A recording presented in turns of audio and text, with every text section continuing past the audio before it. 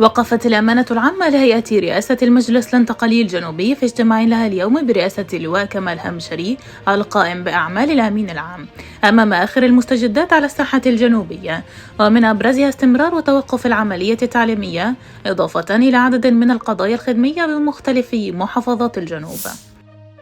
دعت الهيئة الوطنية للإعلام الجنوبي في اجتماع لها اليوم برئاسة سالم العولقي إلى توجيه الخطاب الإعلامي إلى القضايا الجوهرية التي تعبر عن وحدة الجنوب ونسيجه الاجتماعي وصلابة قيادته السياسية في مواجهة ميليشيات الحوثي والجماعات الإرهابية.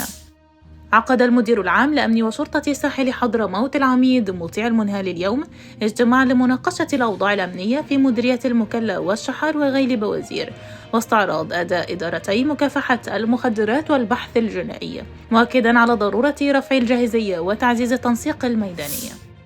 رأس محافظة شبوة عوض بن الوزير لقاء تنسيقيا عقد صباح اليوم ضم إدارة مستشفى الشيخ محمد بن زايد التعليمي وممثلي كلية الطب بجامعة شبوة، وذلك بهدف تعزيز التعاون المشترك بين المؤسستين في المجالين الأكاديمي والتطبيقي.